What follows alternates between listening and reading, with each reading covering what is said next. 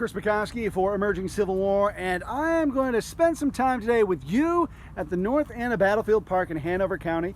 Hanover County does a wonderful job with its county parks, and the North Anna Battlefield has some of the best preserved earthworks you're going to see anywhere along the overland campaign. So we're going to spend some time exploring those. We're going to talk about the Battle of Ox Ford on May 24th, 1864. We're going to hike all the way out, not only to the end of their trail to overlook the ford, but all the way out to the end of their blue trail where the Federals retreated afterwards. So we've got some hiking in front of us.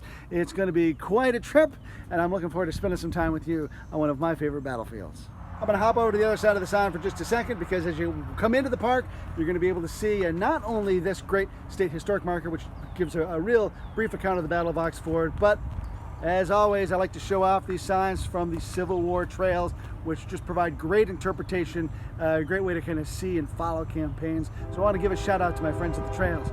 Train is coming. We better get out of the way. The railroad was actually important for Lee to move troops along his interior lines after he reconfigured his position after the debacle at Jericho Mills on May 23rd. He shifted his line into an inverted V with a point at Ox Ford. The left leg of his V would be A.P. Hill's 3rd Corps. The right leg of his V would be Richard Anderson's 1st Corps, and then there'd be sort of like a dog leg off to the right flank, and that would be Richard Ewell's 2nd Corps.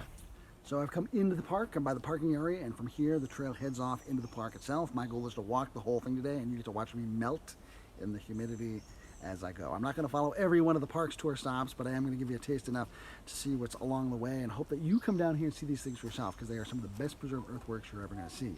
Here at the parking area is a little orientation sign. It includes a painting by Donna Neary.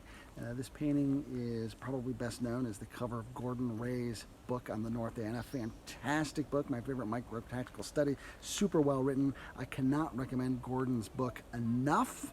Huge fan of that book. Donna's painting depicts the charge and soon-to-be wounding of Colonel Thomas Chandler, the 57th Massachusetts, as he's leading his men in a pouring rainstorm against the Confederate works. A highly dramatic moment. One of the real treats I've had in my Civil War career was to actually go to Donna's studio and talk with her, see her work a little bit, and interview her. That appears in my book, To Strike Them a Blow, and just a really cool opportunity. I just mentioned Gordon's book. Fantastic. I highly recommend it. My publisher, Ted Savis, will slap my wrist if I don't mention mine as well. Strike Them a Blow. This is intended as a good overview of the North Anna campaign. Gordon really gets into the details, so that kind of is what differentiates the two. Also here at the parking lot is the monument. It's the only monument out here at the North Anna. It is to a soldier who was killed in the 7th Wisconsin, which ironically was not on this part of the battlefield. They were down at Jericho Mills. Jericho Mills was saved not too long ago by the American Battlefield Trust, but when this monument was put in, that land had not yet been saved, so that's why the monument is put here. And it says it's actually dedicated to all of those who lost their lives here, in memory of Corporal Michael Shortell of the 7th Wisconsin. Company C, part of the Iron Brigade. The Iron Brigade, of course, has a very bad day at Jericho Mills. They melt under the crucible of fire that day after having some tough days up in the wilderness as well. So not a great day for the Iron Brigade when they finally get to North Anna on the 23rd. But nonetheless, kind of cool that there is at least some monument down here to commemorate that action. We're going to head into the forest, see what there is to see, and hope you have a good time. As we walk into the park, right away we're going to see past these signs a ditch over here on the right-hand side. These are actually reconstructed earthworks. They are not original at the time. They were built as an interpretive device shortly after the park opened, so that reenactors and living historians could put on programs here that would show people exactly how soldiers used these works. So one of the first things you see when you come into the park, sometimes people do think that they are real, authentic, original earthworks, but they're actually reproductions. I love the sound of gravel crunching under my shoes, and that's particularly fitting for this battlefield, which was made possible by General Crushed Stone. They operate a quarry that is adjacent to this battlefield. They actually owned this park, the property that became this park. They wanted to expand quarry operations, and in exchange for permission to do so, they made arrangements with the county to set aside this section of the Confederate line. So what we're going to see is the section of A.P. Hill's line that he's going to use as the left side of Lee's inverted V. So really, it was a fantastic win-win preservation victory. Look, I'm trying to walk backwards. I'm going to kill myself here. So as we keep going, there are going to be stairs. I can take the shortcut. Stairs, shortcut. Stairs, shortcut. It's the beginning of the trip. I'm feeling energetic. I'm going to take the shortcut. I'll probably take the stairs on the way back. They're a little easier. But I'm sure there's a Robert Frost poem in here somewhere about the path not taken. Oh, look, if I had taken the stairs, there would have been this big puddle I would have had to get across. Aha! Lucky me. It really is just a beautiful walk down through here, pristinely preserved battlefield. There are some vigorous portions of the trail, particularly the Blue Trail, as we'll see. But it's really worth coming out here and having a great hike. Just to the left of the path here is the old Oxford Stage Road. I'll talk about it in just a second. There is a graffiti tree here that's got all kinds of markings, none of which are historically accurate. Little unknown bit of North Anna trivia. This little piece of graffiti here, once upon a time, had actually been a Confederate flag. And so the graffiti has been graffitiized, or the vandalism has been vandalized. Here we're coming up to the first tour stop on the Parks Tour. Here's where the path merges with the old Oxford Stage Road, which heads off in that direction toward Anderson Station. Goes off in this direction toward Oxford. The tour stops here, you're going to see these well-marked numbers. And there'll always be a bit of interpretation that accompanies these tour stops. The Blue and Gray Education Society and the Hanover County Parks and Recreation Department made these possible. When A.P. Hill builds his line, he's actually going to construct it from Oxford off to my left, down toward Anderson Station along the Central Virginia Railroad, across there to Little River. So it gives him a good secure flank on both ends, and he's going to be facing off toward the northwest, and the Union 5th Corps is going to be kind of advancing over in that direction across Hill's front. Hill's going to just stay put. He's going to take advantage of his defensive opportunity rather than try to take the offensive. Warren doesn't realize what's happening, and so as he advances, he doesn't even realize that his left flank is exposed to Hill's men. So it's going to give Hill a really good, strong opportunity to just sit and let the waves of the 5th Corps come crashing against him. So I've come up the trail just a little bit. I'm near the Parks Tour stop number 2. This is where Mahone's division is going to start to file in from my right to my left. Off in that direction is going to be Cadmus Wilcox's division. Mahone's going to stretch off in that direction. The works right behind me here were built by Colonel David Weisinger's brigade, 5 Virginia regiments. He's going to have 4 pieces of artillery from Prosper Landry's Donaldsonville, Louisiana artillery here to kind of bolster this position. As is always the case, earthworks are hard to catch on film. But one of the things I really love about this park is you get in here and boom, there they are. And pretty dramatic. One of the things that the sign points out is if you study closely, you can see that different regiments had different styles of building. And so there are going to be traverses here. The works are going to show some individual characteristics. Some are going to be wider, some are going to be a little more narrow. The traverses are going to be angled in different ways. But you really get to kind of see the character of the Army as you look through here. Now I'm up near the Parks Tour stop number 3, just a few yards down from our last stop. Samuel Crawford's 5th Corps Division is going to advance against this line from the area behind me. And then off in that direction, James Ledley's 9th Corps Division is going to start advancing toward this line. And both of them are going to be under orders to take things cautious, to try to explore. Crawford's going to run into some skirmishers out there, and he's not going to push his luck.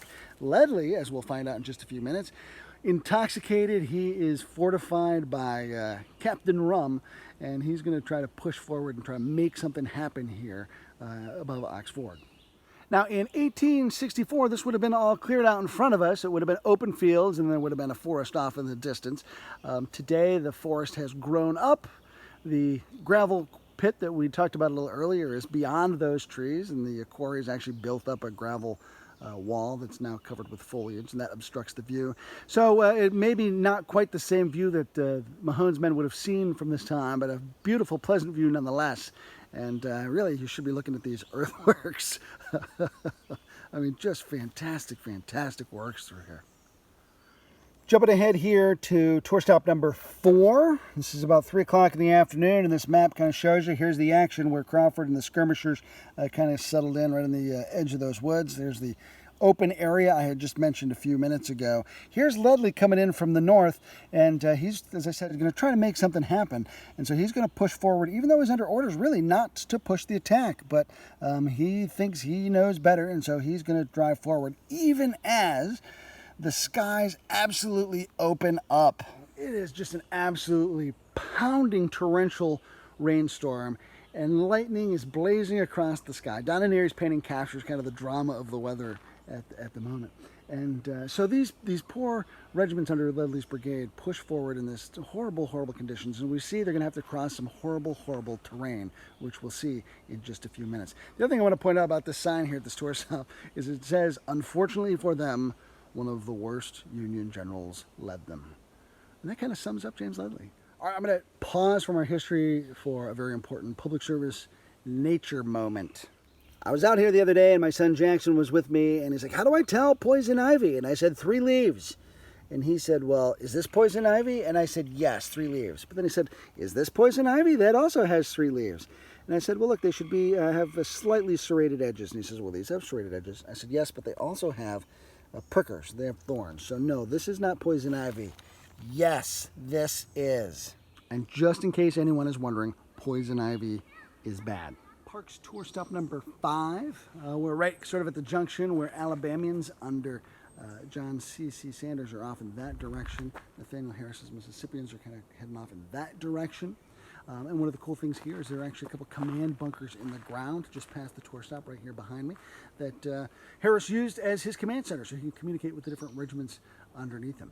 Again, depth a little hard to see, but Harris would have kind of hunkered down in here, and then there's a second command bunker off over there. Now, it's from this area, I mean, Harris is going to take the brunt of the attack in that direction, but from this area, Sanders is going to get in his first licks. The 35th Massachusetts, serving as skirmishers for Ledley's advance, are going to be off in that direction. And some of the Alabamians underneath, serving under Sanders, are going to hop over the works, run out there on a raid, and capture a bunch of prisoners. That's going to be about 3:45 in the afternoon. That's really going to get Ledley's dander up and really kind of urge him to push forward with this attack, even though he's being told not to. So when Ledley gets ready to attack, he's got 5 regiments left after the 35th Massachusetts has been taken off the board. And he's going to line them up shoulder to shoulder, big long line. He's going to have 2 regiments, the United States regulars, on his right flank. He's going to have the 59th, 57th, and 56th Massachusetts extending off to the left, and he's going to advance forward. As he does so, that's when that thunderstorm really rips open the sky and starts pounding on these guys.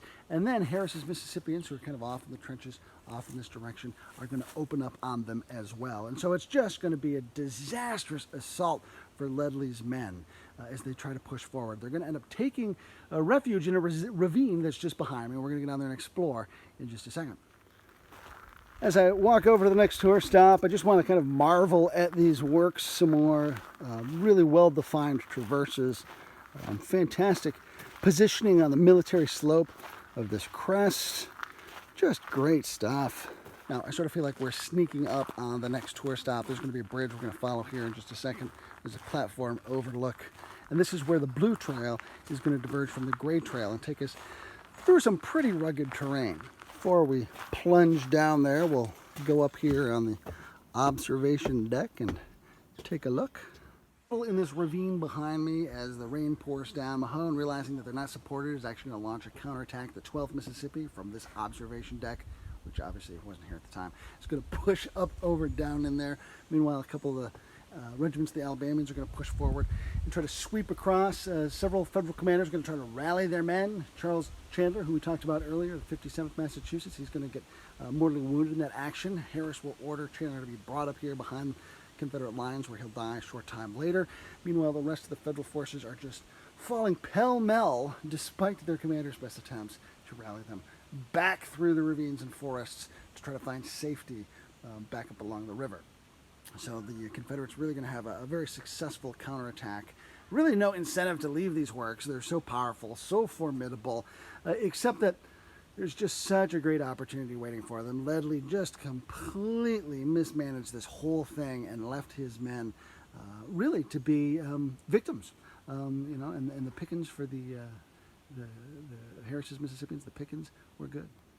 So coming off the observation deck, we're going to plunge down to the Blue Trail. And when I say plunge, I mean plunge. This is going to get steep.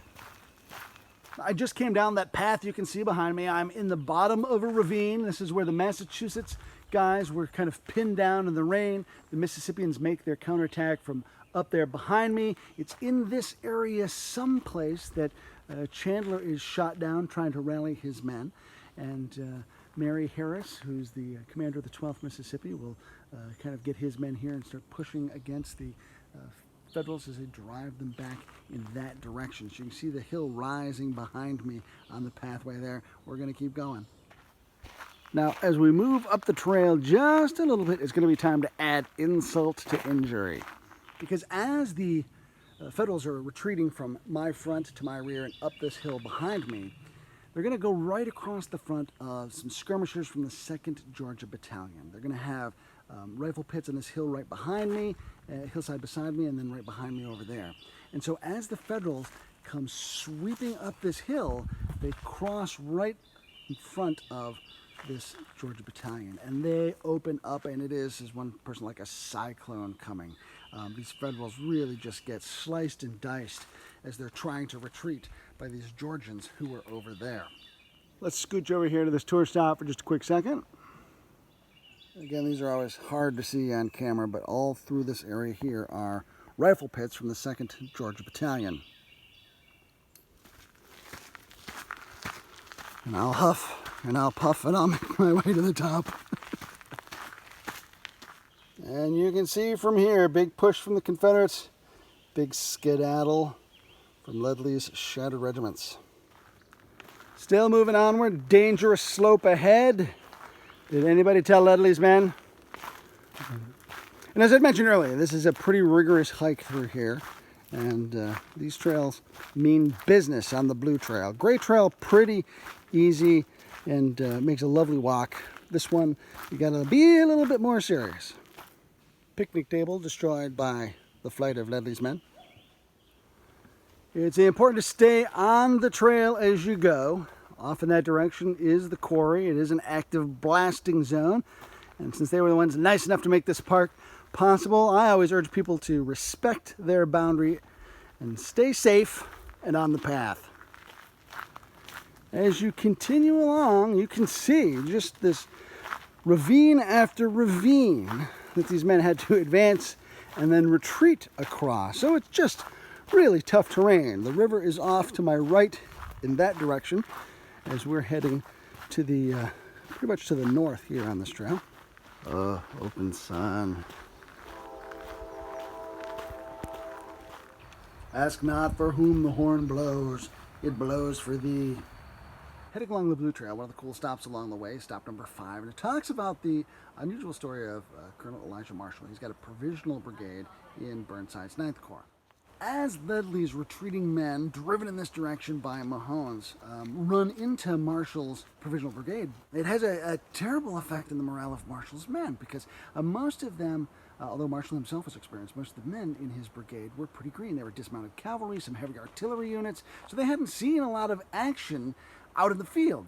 And to see Ledley's men come tumbling back, particularly U.S. regulars, it really shook Marshall's men up. Fortunately, Marshall's going to be bolstered by Samuel Crawford's 5th Corps Division. And even though they had a rough day at Jericho Mills just a day earlier, they're going to prove to be pretty stalwart. And they're going to be the backbone that's going to allow Ledley's men to start to reform. As we come down off the hill, the trail's going to split. To the left is going to be the end of the Blue Trail. We'll head out there in a second, but heading to the right, these two tour stops down here, 6 and 7, are going to let us come right out by the river. Really, it could not be a prettier day to be down here. When you get right down to the riverbank, you can see how shallow the river is, although Ledley's men got wet up to their armpits when they first made their crossing.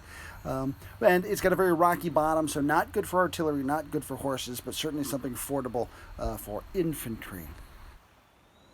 And there goes the brown water navy of the Federal forces.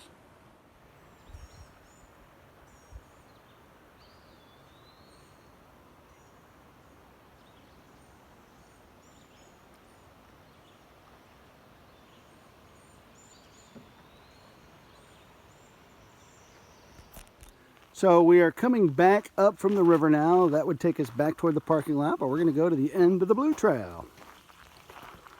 So as Ledley falls back, he's finally going to reunite with Crawford. Crawford had a good, strong defensive position with his back against the river and his flanks protected. He sends out skirmishers to set up a skirmish line along this creek here. And then Ledley's finally going to have a little bit of safety. Thomas Crittenden's 9th Corps Division is going to be on the other side of the river. That's where Ledley had come from. So even though Crawford's got his back to the river, he does have reinforcements behind him if necessary. They're not going to be able to get across the river too easily, but they are there. They've got some artillery support, and the infantry could wade if necessary.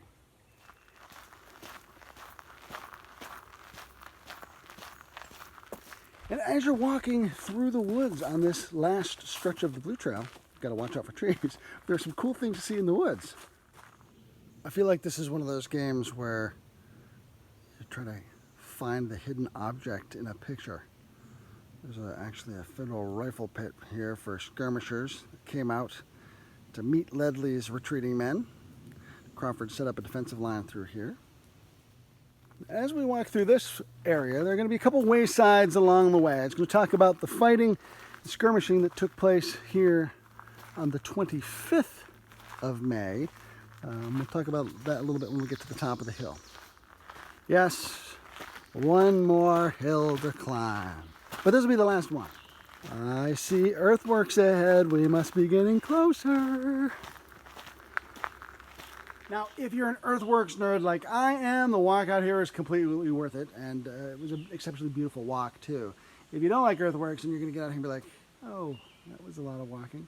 But what I really like about this section of the trail is that it really helps flesh out not only the story of the Battle of Oxford on the 24th, but then the contact between the Union Army and the Confederate Army in this sector on the 25th. There's really a lost opportunity for Lee out here on the evening of the 24th. After he drives Ledley back into this area, Ledley connects with Crawford, and then Crawford recognizes how desperately alone he is. He's got some elements from Thomas Crittenden's division of the 9th Corps, including Ledley's completely scattered and ineffectual men, and he basically has himself. And so he's going to send word to his boss, Gouverneur K. Warren, commander of the 5th Corps, who is 3 miles away down by Knowles Station, closer to Jericho Mill. And he's going to say, I need help. I'm really isolated out here. By that point, Horatio Wright's 6th Corps has also crossed the river, so Wright's going to send 2 brigades over to help Crawford out, and then Warren is finally going to move into position. And on the morning of the 25th, he's going to attack through these woods off in that direction to try to drive A.P. Hill's Corps back to its defensive works. And then Mahone is basically going to hunker down, Hill's going to hunker down, and just wait for Warren to attack. And Warren is not going to attack. He's content to drive the Confederates back there, but he's not going to take any chances against those incredibly powerful works that the Confederates have constructed. So when Ledley and Crittenden were out here by themselves the evening of the 24th, Lee had an opportunity before Warren show up. But because at that point Lee's suffering from dysentery, he's confined to his tent, he's saying, we must strike them a blow, we must strike them a blow, and nobody's able to do that. A lot of the attention at this point is focused over toward the Telegraph Road and the Union 2nd Corps that is hunkered down in front of the Confederate 2nd Corps. And, Ewell could conceivably swing that trap shut and crush the 2nd Corps there. And so a lot of the post-war attention is focused on that missed opportunity. But there's a missed opportunity out here too. Hill does not take care of it. He had his wrist slapped because of the debacle at Jericho Mills. He was told he wasn't being aggressive enough. And again, he's not aggressive enough here. He could have shifted troops around in his line and really pushed that counterattack that Harris had launched. If Lee had been in healthier shape, he had Breckinridge and Pickett as reserves back toward Hanover Junction. He could have shifted up the Central Virginia Railroad into this sector of the battlefield, launched them out here, and had a huge attack if he'd really been thinking. But of course he wasn't. He was too sick to think of those things. So a big missed opportunity on this side of the battlefield, just as there was on the other side of the battlefield too. Those interior lines that Martin Luther Smith had really built this position to take advantage of really get squandered because Lee's too sick to strike that blow. If you come out here, there's a nice observation deck. This area is pretty grown up, but you can see there are some pretty extensive earthworks behind me, as well as on one of these waysides, a pretty handy dandy key to read these earthworks. When Federalists first get here, they dig one set of works, they abandon them as they reconfigure their lines based on Confederate approaches, and these charts really kind of help show how the ground changed and help you read the works that are out here. Well, we're not finished with our tour. We're at the far end of the Blue Trail. Now I'm going to use the magic of technology to get us all the way back to the Gray Trail so we can finally hit up Ox Ford. Magic of technology.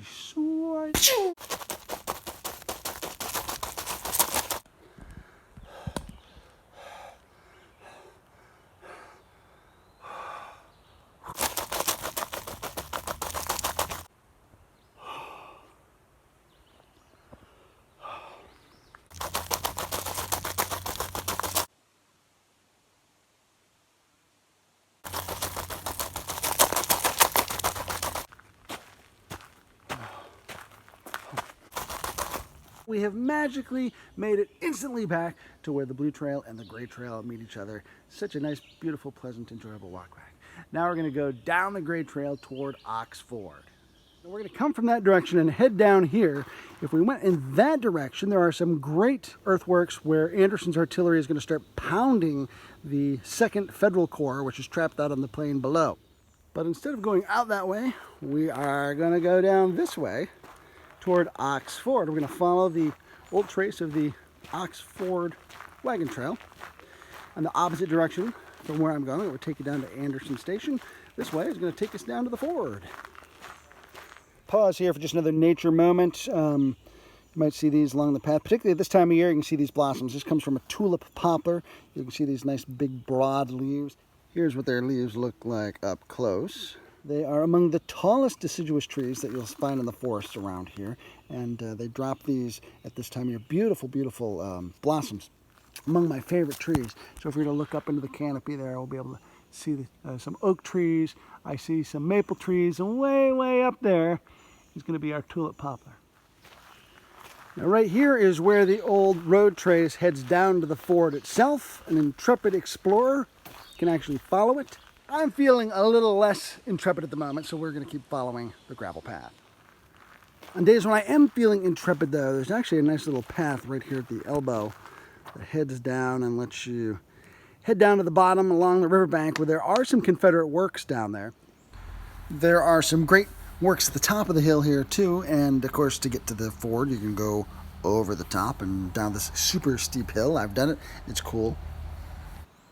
So at the very end of the path, overlooking Ox Ford, is an observation deck, and admittedly a lot of people get out here and they're a little disappointed because, as you can see behind me, not an open vista down to the ford itself, a lot of trees, but it still gives you a clear sense of how dominating these heights were.